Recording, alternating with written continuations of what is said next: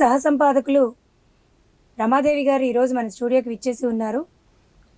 వారు retired government teacher మరియు ప్రముఖ సినీ గేయ రచయిత మరియు సాహితీవేత్త మరియు అనేక ధార్మిక సంస్థల్లో అనేక సేవా కార్యక్రమాలు నిర్వహిస్తూ ఉంటారు.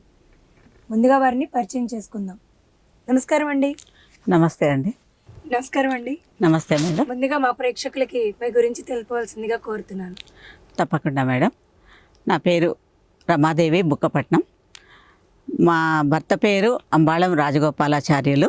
మాకు ఒక బాబు ఇప్పుడు బెంగళూరులో జాబ్ చేస్తాడు. మా సొంత ఊరు వనపర్తి. తర్వాత పెళ్ళయ్యాక అత్తగారింటికి వచ్చిన తర్వాత ఇక్కడ దిల్సుఖ్ నగర్లో ఉంటాను. నేను ఒక ప్రభుత్వోన్నత పాఠశాలలో ఒక ప్రధానోపాధ్యాయురాలుగా పనిచేసి పదవీ విరమణ పొందినాను. పదవీ విరమణ పొందిన తర్వాత నేను ఈ సాహిత్య కార్యక్రమాలలోకి వచ్చాను. తెలుగు భాష అంటే నాకు మొదటి నుంచి చాలా ఇష్టం అండి.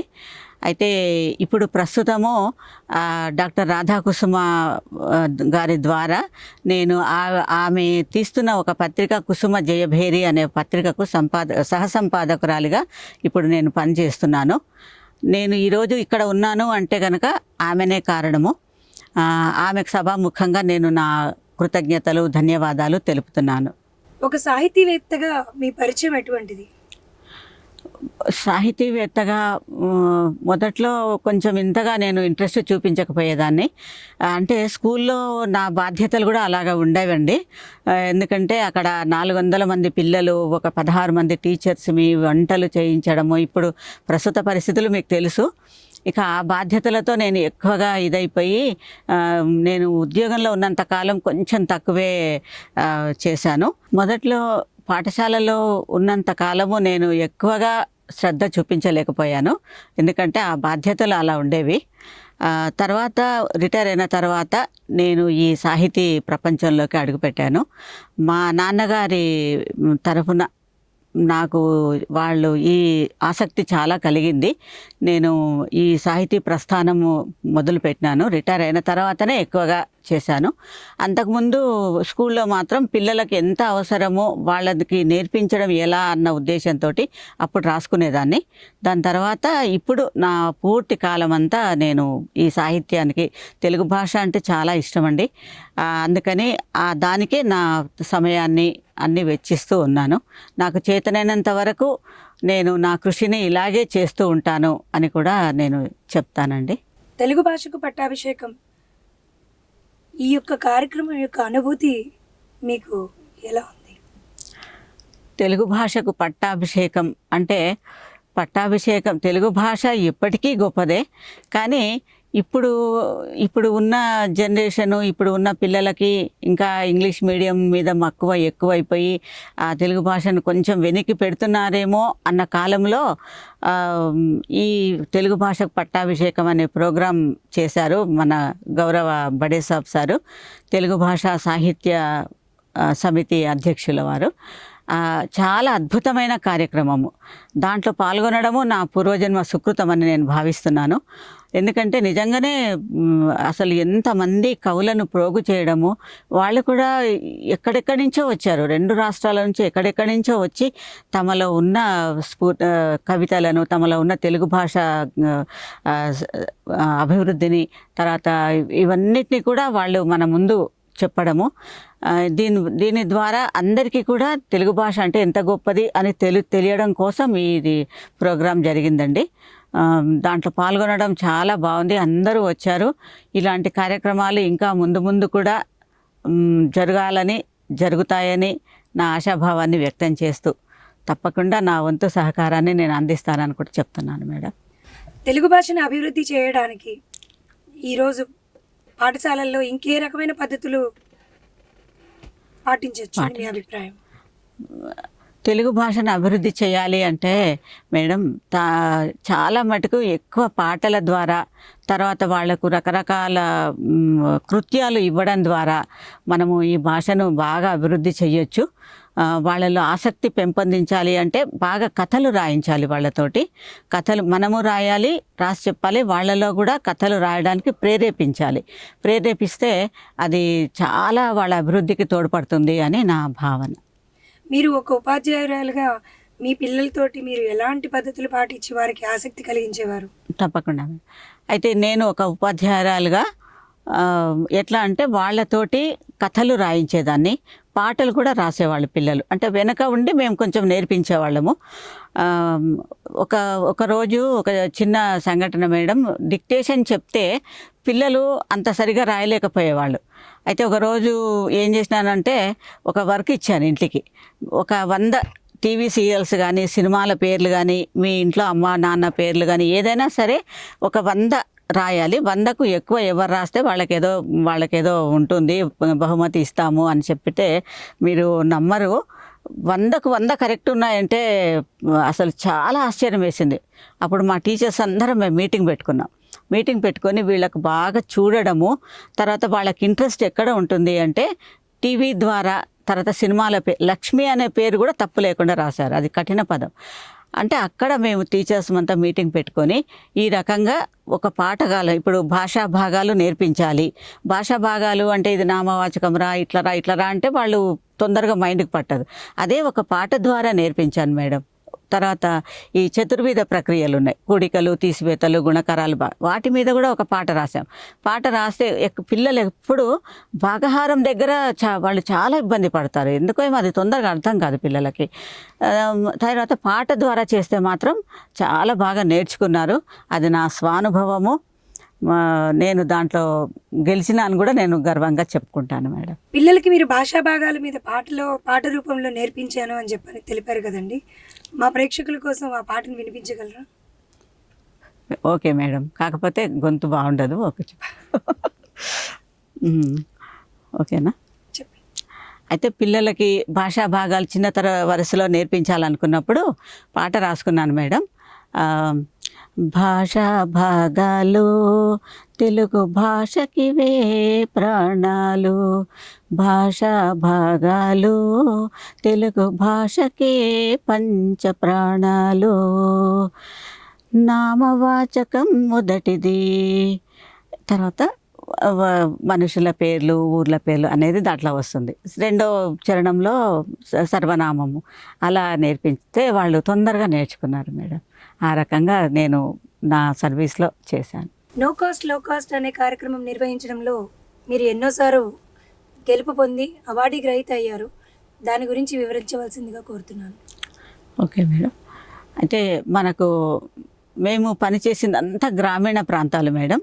నా 38 ఏళ్ల సర్వీస్ మొత్తం గ్రామీణ ప్రాంతాల్లోనే పనిచేశాను. వాళ్ళ స్థితిగతులు ఎలా ఉంటాయో దాదాపుగా మనకందరికీ తెలుసు. మధ్యాహ్నం తిండి కోసము భోజనం కోసం బడికొచ్చే పిల్లలు చాలామంది ఉన్నారు. తర్వాత వాళ్ళ తల్లులు ఏం చేసేవాళ్ళంటే చిన్న పసిపిల్లలను కూడా మేము అట్లా 30-40 మందిని పెంచిన ఇది కూడా ఉంది. ఎందుకంటే మా బడి ముందర పండబెట్టి వెళ్ళిపోతారు. ఆ పిల్లలు అలో చేయకపోతే వాళ్ళ అన్నలు అక్కలు కూడా బడికి రారు. అందుకని వాళ్ళ అమ్మ ఇంక నువ్వేం చేస్తావో నీ ఇష్టము, ఈ పిల్లలు కానీ నేను అడవికి చేనుకైతే తీసుకుపోలేను అని ఆడ పండబెట్టేవాళ్ళు. ఇక అప్పుడు టీచర్స్ అందరము తలా ఒక రకంగా ఎవరికి ఏ పీరియడ్ ఉంటే వాళ్ళు అట్లా వెళ్ళి చూడడము, మధ్యాహ్నం ఇంత తిండి పెట్టడం అట్లా చేసేవాళ్ళము. తర్వాత ఇట్లాంటి పేదరికమైన స్కూళ్ళు ఇంకా ఉన్నాయి. తర్వాత ప్రభుత్వం కూడా మనకు ఏం చేసిందంటే లో కాస్ట్ నో కాస్ట్ అని ఒకటి పెట్టింది. దానితో మేమంతా కృత్యాలు చేసేవాళ్ళం. ఎలా అంటే ఒక చిన్న పేపర్లు, తర్వాత పేపర్లలో రాయడము. మీరు నమ్మరు మేడం, ఇప్పుడు మనము చీపుర్లు కొంటాం చూడండి, ఆ చీపురు లోపల ఒక పొడవుది ప్లాస్టిక్ కవర్ వస్తుంది. ఆ చీపురులో ఉండే ప్లాస్టిక్ కవర్ కూడా తీసుకొని మేమంతా దాంట్లో ఆలు కానీ 1-2 కానీ అన్నీ రాసేసి గోడలకి ఇట్లా తగిలించేవాళ్ళం. తగిలిస్తే ఆ పిల్లలు అటుపోతూ ఇటుపోతూ చూసుకొని దాన్ని చదివి కూడా వాళ్ళు నేర్చుకునేవాళ్ళు. ఇట్లాంటివి చాలా చేశాము. చేసి తర్వాత గోడ పత్రిక అని మా దగ్గర ఉంటుంది. పిల్లలు కూర్చునే చోటనే, చిన్న 2-3 తరగతుల పిల్లలు కూర్చునే చోట గోడ చుట్టూ మేము బ్లాక్ బోర్డ్ లాగా నలుపు రంగు పూస్తాము. దాంట్లో అంతా పెయింట్ చేస్తాము. అంటే చిన్నవి పదాలు, తర్వాత అమ్మ మనసు తెల్లన అన్నట్టు ఇట్లా ఏదో రాస్తాము. తర్వాత పదాలు ఇవన్నీ రాస్తే వాళ్ళు అట్లా కూర్చున్న చోట చదివి వాళ్ళు నేర్చుకున్నారు మేడం బాగా. అది కూడా ఒక ప్రభుత్వం మాకు చాలా ఇది చేసింది. మేము కూడా దాంట్లో కృతజ్ఞతలేమయ్యాం మేడం. అట్లా పిల్లలు బాగా నేర్చుకున్నారు. ఏదో అట్లా పోతూ చదువుకుంటారు వాళ్ళు. ఆ రకంగా కూడా నేర్చుకుంటారు వాళ్ళు. అది చాలా బాగుంది అనిపించింది మాకు. కుసుమ జయభేరి పత్రిక సహసంపాదకులుగా మీ అనుభూతి, మీ పరిచయం తెలుపవలసిందిగా కోరుతున్నాను. కుసుమ జయభేరి పత్రిక ఇది ప్రతి నెల వస్తుందండి. దీంట్లో సంపాదకులుగా డాక్టర్ రాధాకుసుమ గారు ఉన్నారు. నేను సహసంపాదకురాలిని. నాతో పాటుగా రామ్మూర్తి రాజు గారు మరియు భవానీ కృష్ణమూర్తి మేడం గారు దీంట్లో సహసంపాదకులుగా ఉన్నారు.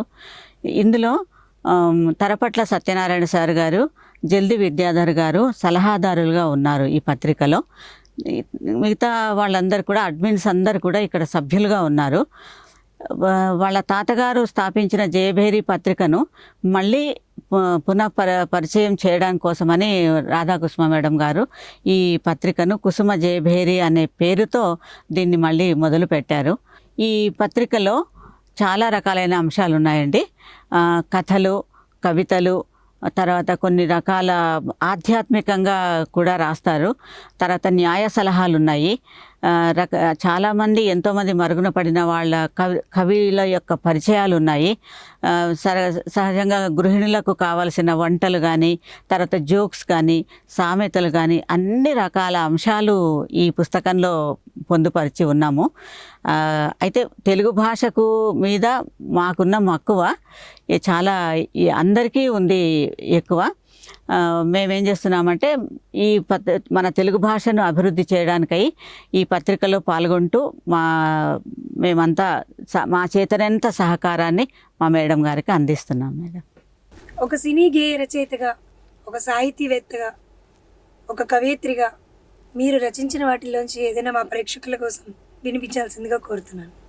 తప్పకుండా మేడం. మొన్న జరిగిన తెలుగు భాషకు పట్టాభిషేకం ఆ ప్రోగ్రాంలో త్యాగరాయ గానసభలో జరిగిన సభలో నేను నా కవితను వినిపించాను.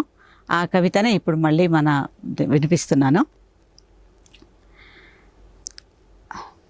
నా కవితా శీర్షిక అంగరంగ వైభవంగా.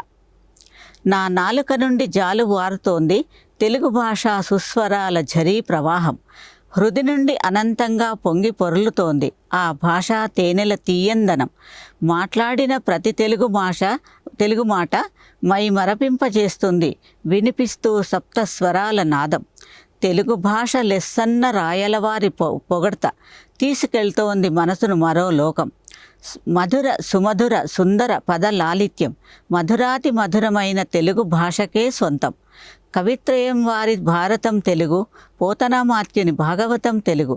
ఇతర భాషలలో లేని పలు విధాల ప్రక్రియలతో పెళ్లి కూతురులా అందాలొలకబోసే తెలుగు భాష సుందరం, అతి సుందరం, అత్యంతం.